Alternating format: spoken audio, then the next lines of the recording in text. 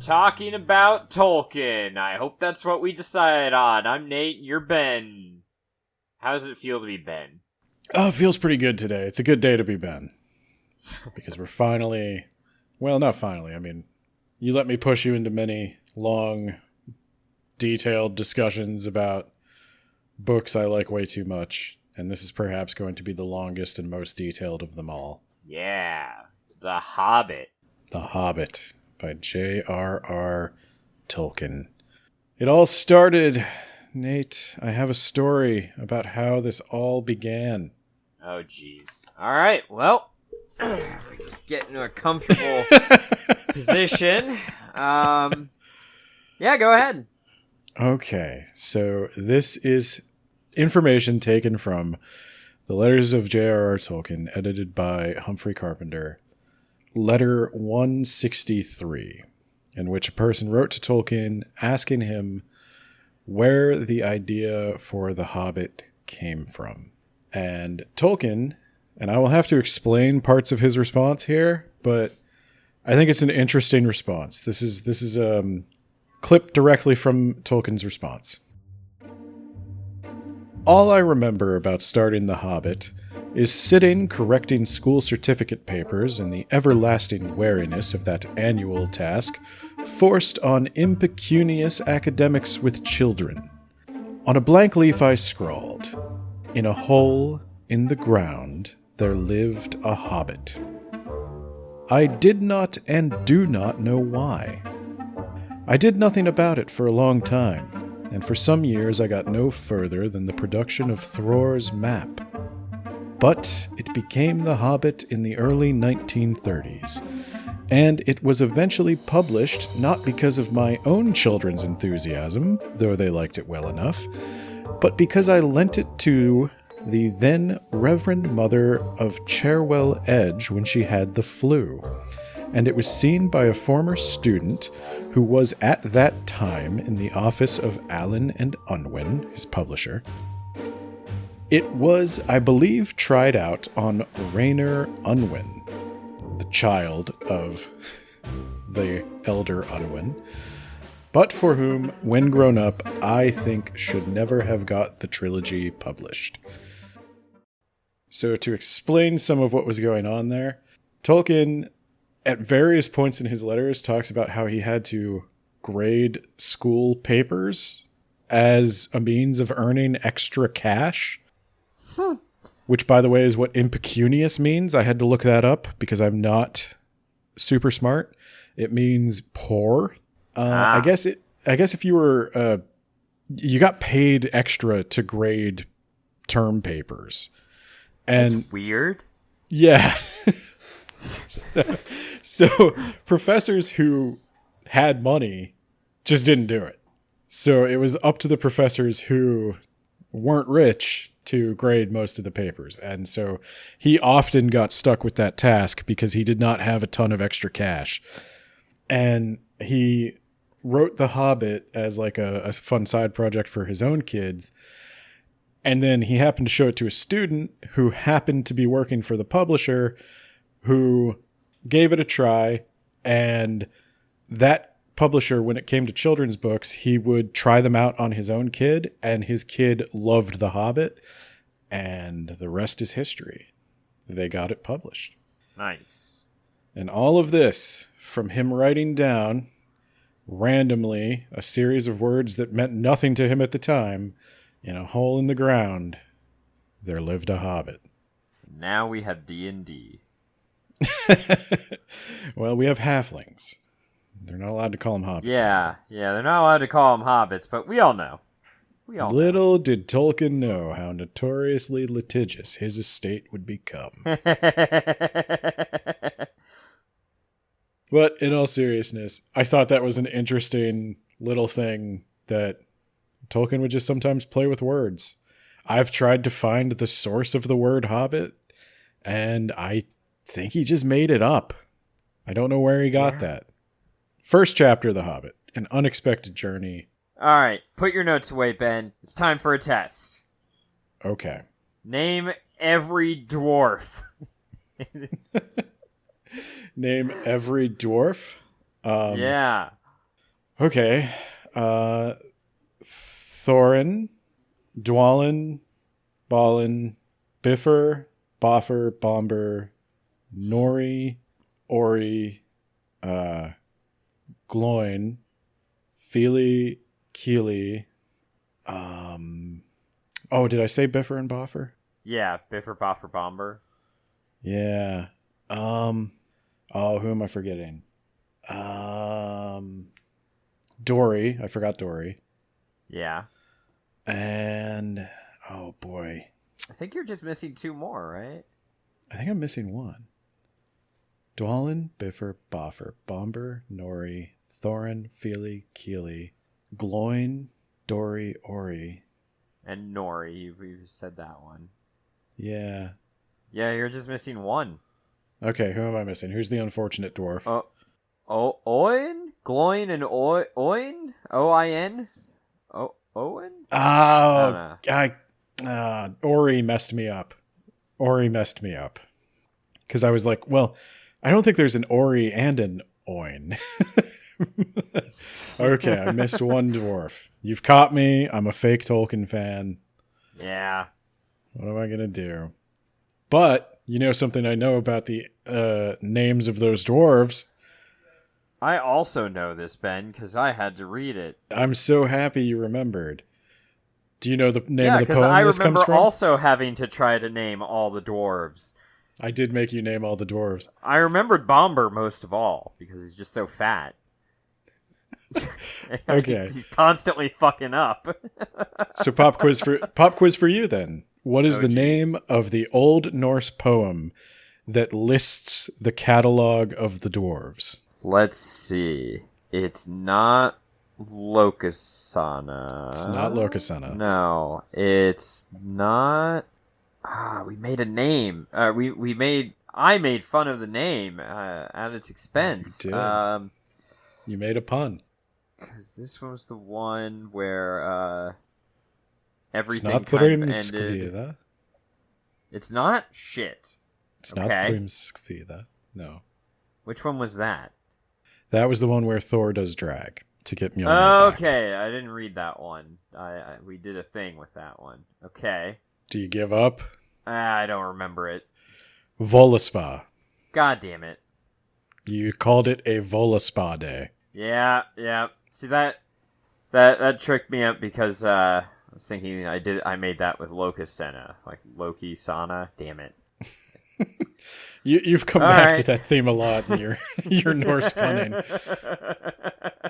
Yeah, so for anyone who doesn't know, Voluspa is a poem in the Poetic Edda, which I recommend the translation by Jackson Crawford, Hackett Publishing. And in that poem, Odin calls up a witch from the dead to basically grill her about what she knows about Ragnarok. And in listing her credentials, all the many things she knows, she lists the names of all the important dwarves. It includes the dwarves from Thorin's party, and one additional name comes from that poem. Do you remember it? Is it Thoror? Thror, and yes, that's also in there, but that's not what I was thinking of. One additional person in this chapter is named from that poem. Is it Thrain? Thrain is in the poem, but that's not who I'm thinking of. He took a lot of dwarf names. It's Gandalf. Thank you. It's Gandalf. Gandalf I get extra credit for those other two, right? That's how that works. I guess. Yeah, Durin is also in there. But yeah, Gandalf is from the catalog of dwarves, and initially the character of Thorin was named Gandalf. And I forget what Gandalf was named, but it's way worse than Gandalf. I'm so glad he changed that. Paul. It was Bladorthin. Oh. Bladorthin that sounds was bad. going to be Gandalf's name. A thin bladder, like your bladder thin. That's the thing. You can't call anybody bladder in English, no matter how cool it sounds in Norse. So I'm glad he switched it. I'm glad Olorin became Gandalf and Thorin. Yeah, but he used that name to name an ancient king later in the books, apparently, Ben. Okay. Yeah. Are you Googling in real time? Maybe. You don't get extra credit for that. So let's talk about the chapter. So chapter 1, An Unexpected Party. This is where we get introduced to hobbit holes and hobbits. And I remember as a kid, I was so concerned with reading everything from the beginning.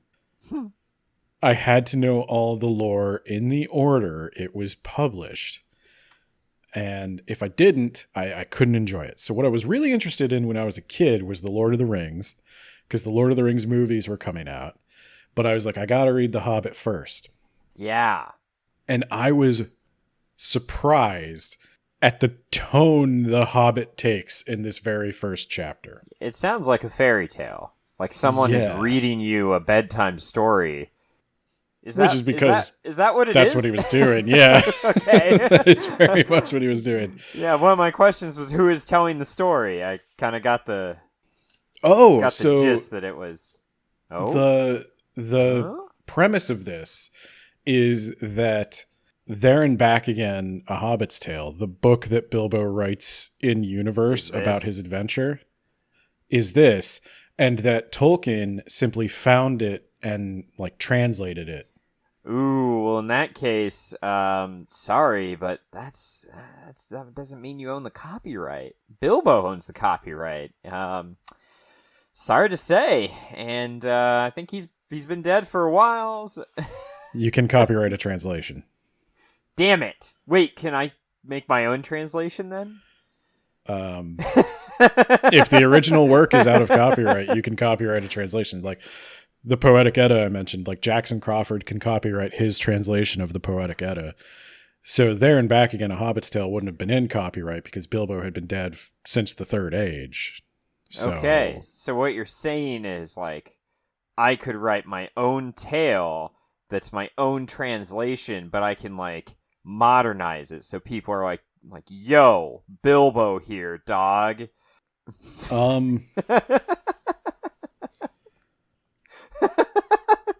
No. Please don't? Is that... You can't. You can't. I don't know why you legally can't, but I trust that the Tolkien estate will find a way to prevent that from happening. Just know that if I'm found hung with a suicide note, I did not commit suicide. The Tolkien estate came for me, Ben. Anyway, let's talk about the book. An Unexpected Party. Bilbo. He's as boring as white bread, or in fact, Ned Flanders.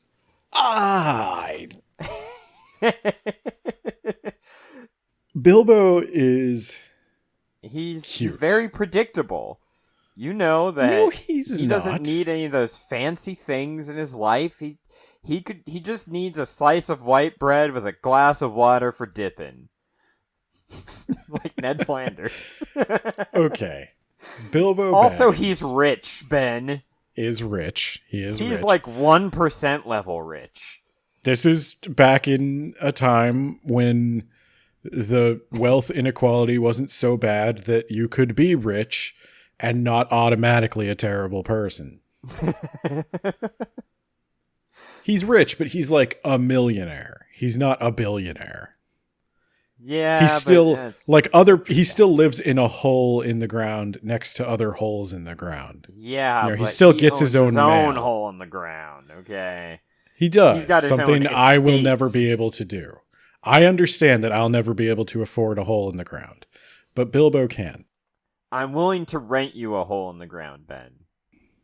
I'm sure you are. I had to check, by the way. I'm not gonna. I will rewatch the Lord of the Rings movies if and when we get to the Lord of the Rings. I will not watch the Hobbit movies. I saw the first one and I was like, this is bad.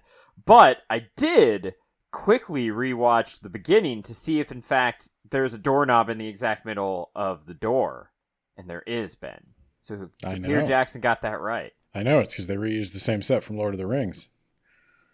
I honestly did not remember them getting it right in Lord of the Rings either. So They did. glad they did.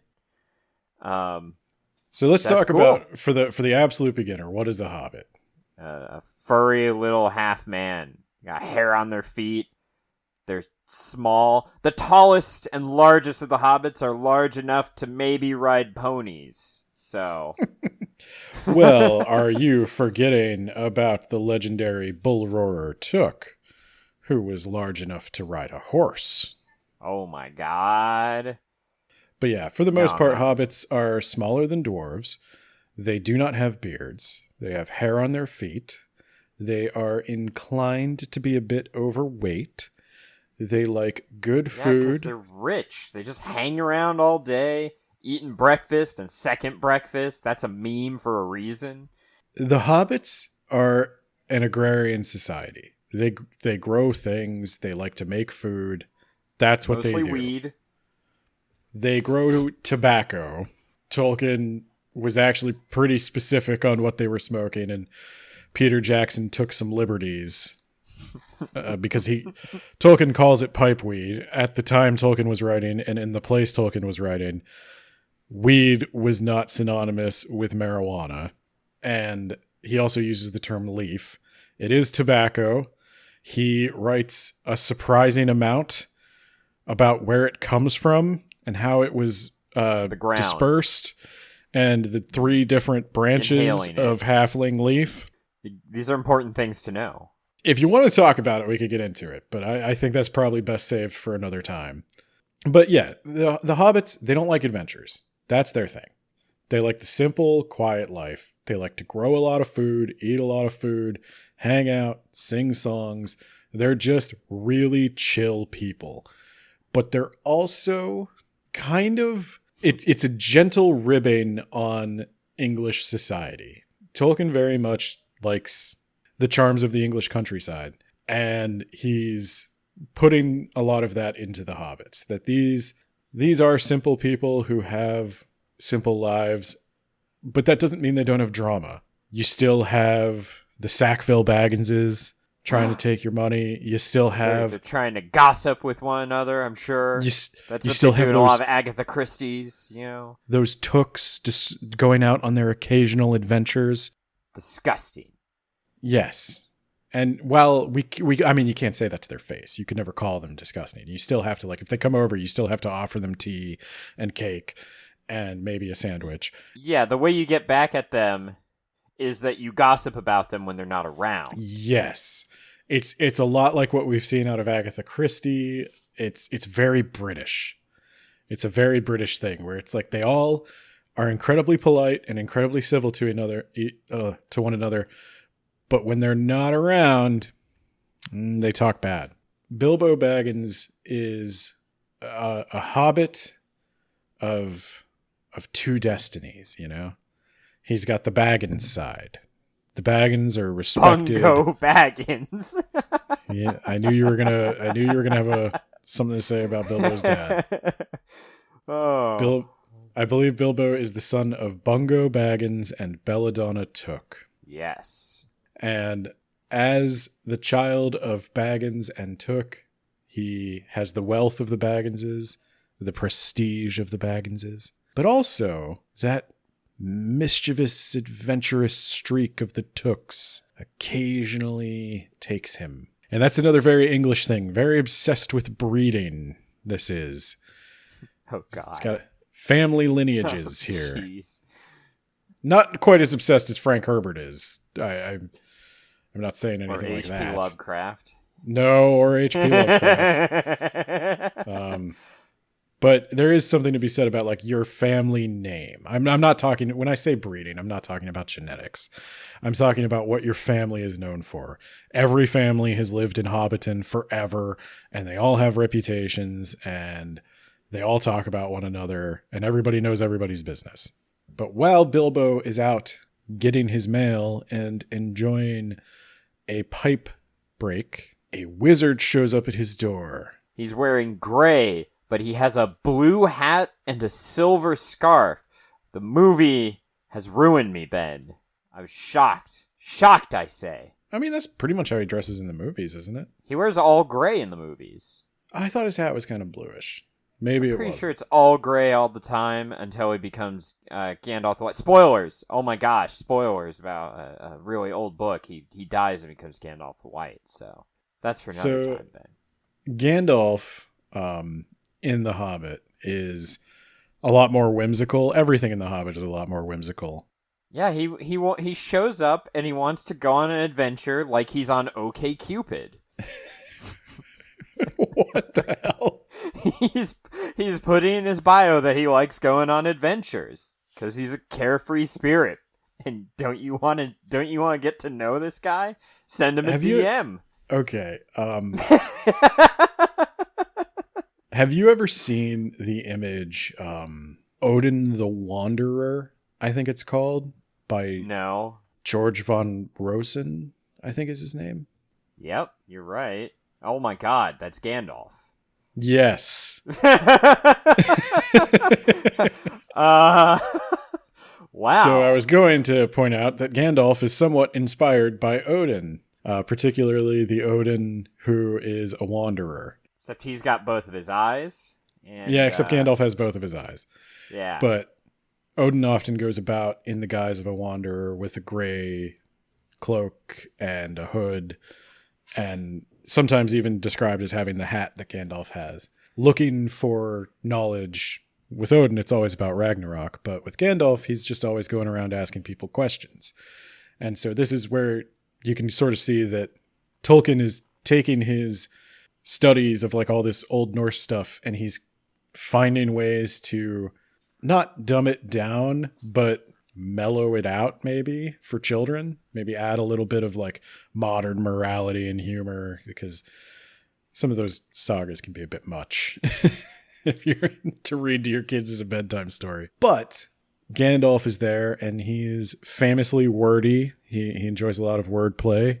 Bilbo wishes him good morning, and Gandalf would like to know what he means by that. After much hassling, Gandalf carves a little symbol on Bilbo's door after Bilbo rushed inside, and Gandalf walks away chuckling. But during that exchange, Bilbo, hastening to get out of it, said, "Well, I have to go now, but why don't you come back for tea later? 3 Wednesday," which is Woden's Day. And yeah, I don't know if that was intentional or not, but I'm looking like I'm like Pepe Sylvia this whole thing right now. I'm like, where's Odin?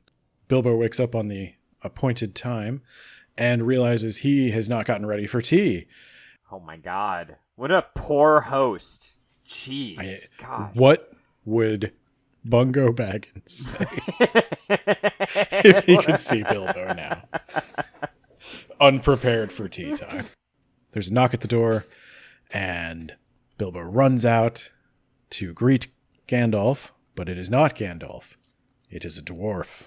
And this is the unexpected party. So yeah, more and more dwarves just keep showing up. One of whom is Bomber. Okay.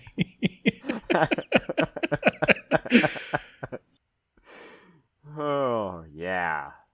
So yes, you know what I like about this one that I remember the movie got wrong? Thorin doesn't seem like a humongous asshole who hates Bilbo for existing. Oh boy. Yeah. I was like, oh, this is actually nice. He seems pretty pleasant, like the kind of guy you would want leading your party. Yeah. So as the dwarves are showing up, they're eating all his food, and he's getting all overwhelmed. When eventually, I think Thorin shows up with Gandalf, right? Yeah, I think Thorin and Gandalf and I think Beaver, Boffer, and Bomber all show up together, and they all fall over as he opens the door. I believe that's how that went. Thorin's not this stoic, sexy badass that walks in the door with its tragic past and his haunted gaze. And he's a pretty chill dude, actually. Yeah, he hangs out. He also orders food. Like he's just as comedic and weird as any of the dwarves. But as the book states multiple times, he's very important. He is very important because he's the one that talks to Gandalf, and all the other dwarves seem to look up to him. and they feast and sing. And my note is this where Frank Herbert got it? Like, oh, I've gotta have Gurney sing about the working and working and working. I think this might be where Frank Herbert got it. To be perfectly honest. So what you're saying is we can blame Tolkien for Frank Herbert's lack of rhythm. I've told this story every Dune episode, but they sent Tolkien a copy of Dune to see if he would give like a pull quote for it, and he sent it back and said that the kindest thing he could do for Frank Herbert is to never mention Dune again. So I don't know why they thought Tolkien, devout Catholic, was going to relate to that one, but he didn't. So yeah, there's 2 songs in this one. Which song were you referring to? I think it was probably the one where everything was burning to the ground, and Okay. So the first song they sing after Bilbo has served them all food is, of course, Chip the Glasses and Crack the Plates. Yeah. Where the dwarves are cleaning up, but they're singing a song that insinuates that they're going to break all of Bilbo's stuff. They, of course, do not. They are very good and they clean up after themselves. But they want to torture him because he is a prissy little weirdo. And they find it funny. And if you're curious about how to sing Chip the Plates, or Chip the Glasses and Crack the Plates, I'm not going to sing it. Are you okay with that? Yeah, no, I'm more than okay with that. What I was going to tell you is you can go on YouTube and you can look up J.R.R. Tolkien himself singing Chip the Glasses and Crack the Plates. There is a recording of him singing it. Wow. With regard, I don't know if they sang it in the movie. They may well have, but that would have... I think they did, but I don't know. I'm not going back to listen to it. I'll go back and watch the movies if people want, but I know they donate to our Patreon. They do have an... I'm not doing that one for free. They do have an abridged version of Far Over the Misty Mountain in the movie, because it was in the trailer. I remember that. I remember that. It was a pretty good scene, and the movie was just all downhill from there. Yeah, my only problem is it's a much longer song in the book. If you want to hear the full song, I found one version I liked, which is by a guy named, or a group named Clamavi de Profundis. You can find it on Spotify. I'm not going to play it here. But I wanted to call out a few things about that song. So the dwarves, it's a cool moment in the whole chapter, because Bilbo, up until this point, he's very annoyed by all this stuff. He does not want to go on any adventures. He wants these people out of his life, but they seem to be trying to recruit him to be the 14th member in their party. Gandalf has sold him to them as an expert burglar, which he is most certainly not. And before they get down to business, Thorin sings that song. And it's been a while since I went back to The Hobbit. And as I was reading it, this actually like stopped me dead, and I had to go out and pull like 4 more books and like start Googling stuff. There's 2 stanzas, I guess. For ancient king and elvish lord, there many a gleaming golden hoard. They shaped and wrought, and light they caught, to hide in gems on hilt of sword. That might be a reference to the Silmarillion, or like a proto version of the Silmarillion. Yeah, because wasn't this written first? Well, this was definitely written first, but he'd been thinking about it for a long time. Like all of these characters, like Elrond's in this. Elrond was an idea of his going way back. I think Gandalf was an idea of his going way back. And I think he did have some idea about the history of Middle-earth before he started writing The Hobbit. And this seems to hint to me that he already had an idea of what the Silmarils would be. That they capture the light from the 2 trees and they basically fight a war over these jewels. And then there's another line that says, "On silver necklaces they strung, the flowering stars on crowns they hung. The dragon fire and twisted wire, they meshed the light of moon and sun." That sounds a ton like the Silmarillions, but also I'm wondering if it's a reference to another story in the it sounds like the Silmarils, but I'm wondering if it references another story about, what was it? Nauglamir? Which, if you haven't read the Silmarillion, is not going to mean much to you. But Nope, not at all. Nauglamir is a necklace that the dwarves made for an elven lord, and the elf tried to cheat them, and it turned into a big war, and it's actually one of the reasons dwarves and elves don't get along to this day. Wow, guys, get over it. That was 2 ages ago. Gosh. But yeah, this is a cool song that tells a lot of history and hints at the dwarves' struggle and how they lost their home and how important this is to them. And Bilbo's listening to this, and while he's listening to it, and if you're hearing it sung, it's like, wow, that's actually really cool. I kind of want to be a part of this. I want to see where this goes. But of course, Bilbo couldn't do that, There's one more lore thingy I want to cover, if it's okay. All right. I mean, we're already here. There's a line in this. This is where I'm going back to the Hobbit movies. Are you ready for this? Do you remember the Azog? Yeah. Azog the Goblin. He's dead now. Well, in the movies, he's like the main antagonist, right? Yeah, apparently. He gets top billing over Smaug, I'm pretty sure. So let me tell you basically everything the Hobbit has to say about Azog the Goblin. Gandalf has a map that shows a secret door into the Lonely Mountain. And it was a map made by Thorin's father. And Thorin is wondering why Gandalf has this and it did not pass directly to Thorin. To which Gandalf says, "I did not get hold of it. I was given it. Your grandfather Thror was killed, you remember, in the mines of Moria by Azog the Goblin." Yeah. "Curse his name, yes," said Thorin. That's pretty much the only time Azog's ever mentioned in The Hobbit. Yeah, and Thrain, he went to get vanilla Coke and cigarettes from the gas station about 100 years ago. So what I've put together basically is that Peter Jackson, I don't think he wanted to make The Hobbit.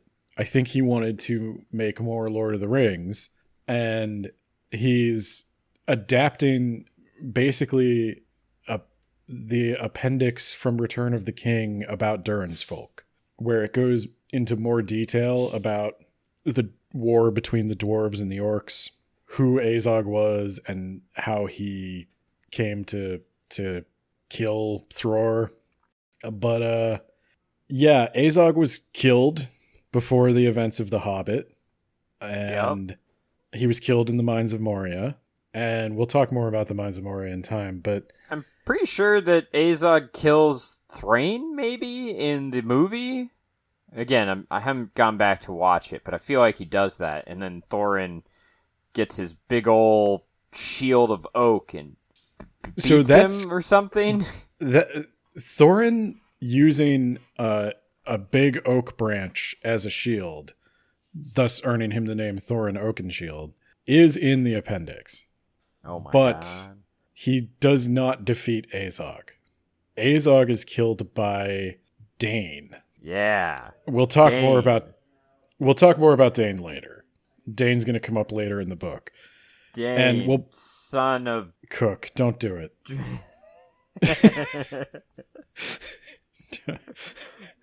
It's spelled different. No. We'll talk more about Dane later. We'll talk more about the Azanul Bazaar. We'll talk more about the Mines of Moria.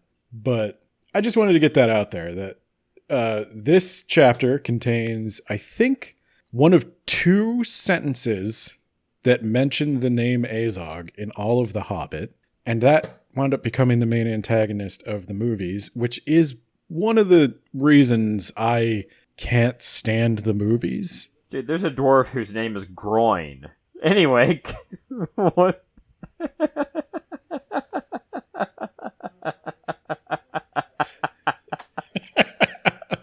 But yeah, I think the second line that maybe comes up is when Azog's son is at the Battle of the Five Armies, and he's like, "It is me, Bolg, son of Azog.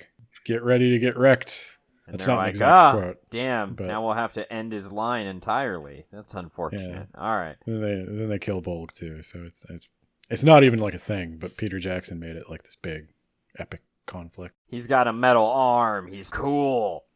We find out that the dwarves have been chased from their mountain by a dragon, and only a handful have survived. And now these dwarven lords, who should have been kings and great men, are forced to just work in human towns, being blacksmiths and minor businessmen and merchants. And they want to take back what's theirs, and they can do that with this map.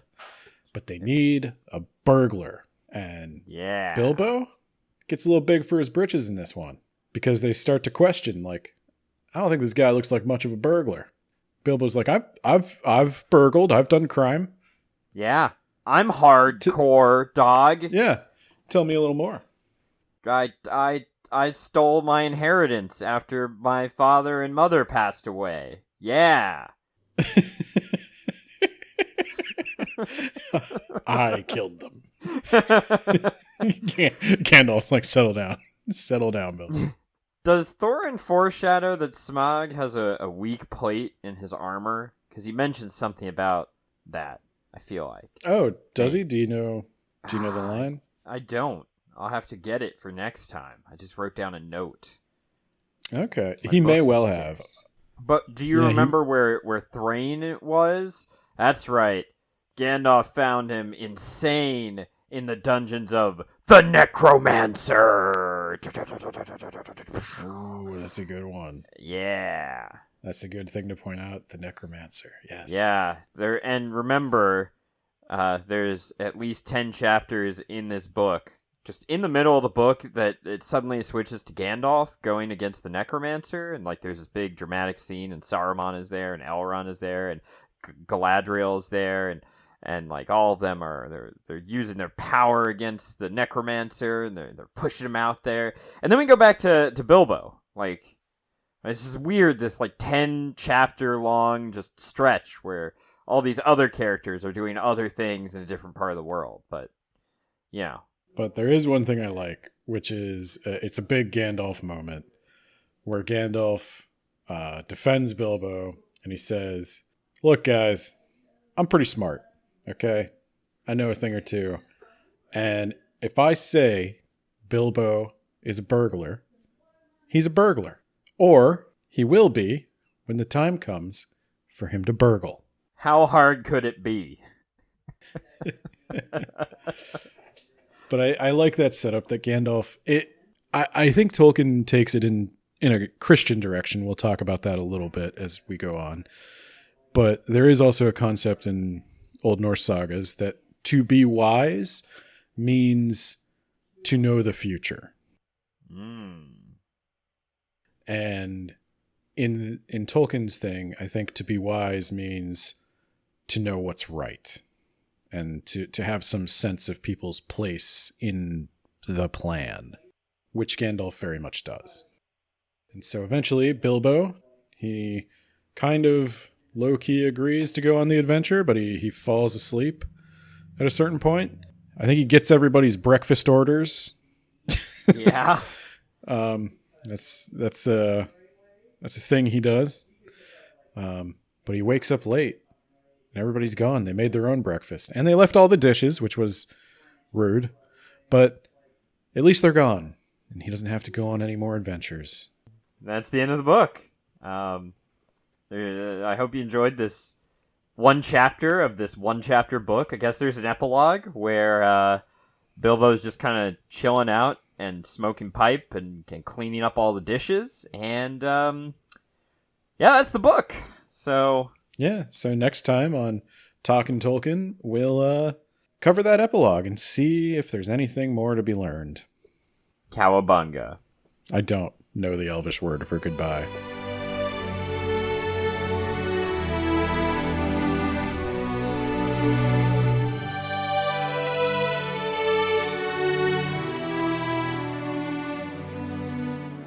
Just know that if I'm found hung with a suicide note, I did not commit suicide. The Tolkien estate came for me.